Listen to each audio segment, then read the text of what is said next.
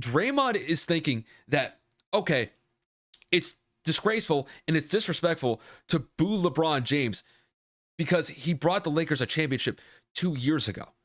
And that's fine. I definitely appreciate what LeBron did back in the day, being able to get a championship against the Miami Heat when they were playing in the bubble. But that's 2 years ago. We're now in 2022, and the Lakers as a whole this year are playing at a subpar level, and the fans have every right to boo them because it's like you mentioned, they're paying hundreds of dollars, if not thousands of dollars, to go see this team play at an elite level, and the players as a whole on this roster are not playing up to snuff. Now, LeBron's playing fine. This is despite the fact that he's damn near getting up to 38, 39 years old, and he's still playing at an elite level. Draymond is thinking that we're only booing LeBron James. That is not true in any way, shape, or form. You can boo Frank Vogel. You can boo Russell Westbrook. You can blame a litany of other players. But for Draymond to categorically state that we're only booing LeBron James, that is not true. And I know that LeBron was kind of going back and forth with a fan just a couple games ago, basically insinuating that this fan has no idea what he's talking about. I'm like, you could separate that and you could base it off of what I'm seeing on the court. The Lakers are not playing well because, Kevin, let's be honest, this roster is old. By and large, it is old outside of a few players. It might be the oldest roster in the league if I'm thinking about it really. And the fans know that, and they know that that's a big reason on why the Lakers are struggling as a whole. This is not like 2012 when all of these guys were in their prime of their careers. This is 2022, and most of these guys are on their last leg. And I really don't want to hear it from Draymond because Draymond has always provided antics on the court, and now he's kind of doing it off the court, and he's going after the Lakers fan base, which I don't think is justified because the Lakers fans as a whole, I think their criticisms that they have for this team this year are not only valid, they are totally acceptable because the Lakers are sitting 7 games under 500.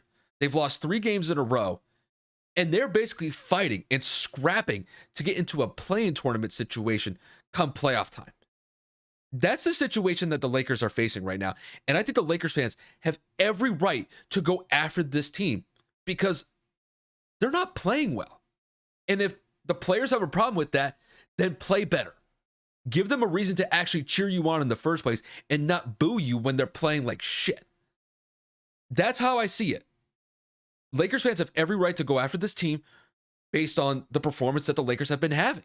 And it's not just LeBron, it's everybody associated with them. And that's how I pretty much see it. It's a failure of a season so far.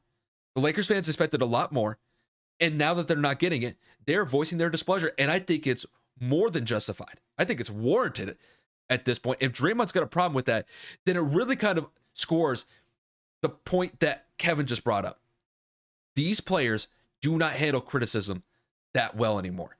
They'll say, oh, we have no idea what we're talking about. You don't even know a lick of basketball compared to us. You can make that point all day. But I base this off of results. If you know so much about basketball, why aren't you going out there and winning? You should be able to dominate. If you have that high level of an intellect with basketball, why are you sitting at 7 games under 500? If LeBron James is the greatest player to ever step on the court, why are they not like the number 1 seed in the Western Conference? I would like to know. Because the way that I see it, LeBron had a hand in the construction of this roster, and it's led to basically an abject failure for the Lakers as a whole. And the fans have every right to call it out that way. And that's just how I see it. I know I don't typically get animated like this, but for Draymond Green to go out and essentially start chirping, thinking like he knows the Laker fans' displeasure with this team, I don't want to hear it from him. He's got his own issues to deal with Golden State this year. He's not even playing. Probably focusing more time on his podcast because he's not out there playing because he's dealing with some sort of injury right now.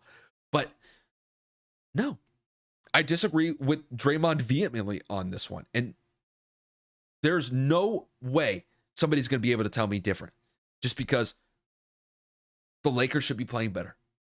And yet they're not. And LeBron James definitely has a hand in that. And people will criticize Rob Pelinka because he's the GM. But, I mean, LeBron's basically doing back channels with a lot of these guys, bringing them in the first place. So, granted, Rob Pelinka is the official GM for the Lakers. But you can't tell me that LeBron doesn't have his hand in back channels, bringing free agents into the fold for the Lakers. He definitely did that this offseason. And look at the result. They're sitting, I think, in 9th place right now. That's unacceptable.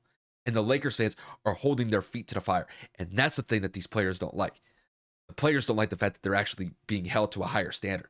I'm telling you right now, if Kobe were here, I know Kobe would be going after this team. Because he knows that this team has a lot more to offer than what they've been putting on the court. And these guys are playing blame games, and they're deflecting the real responsibility, which is they have to play better, and they are not doing it.